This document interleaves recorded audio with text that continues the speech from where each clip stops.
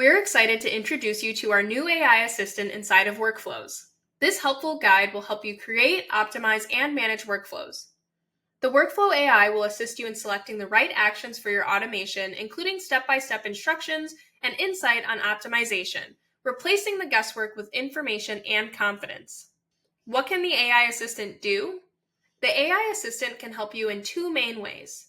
One, by suggesting the next steps in helping you set up workflows, or by offering insight and answering questions to help you better understand how the workflows function. And you might be wondering, how do I implement this feature? First, navigate to the Workflow Builder by clicking on Workflow or creating a new one inside of the Workflows tab of the Automation section.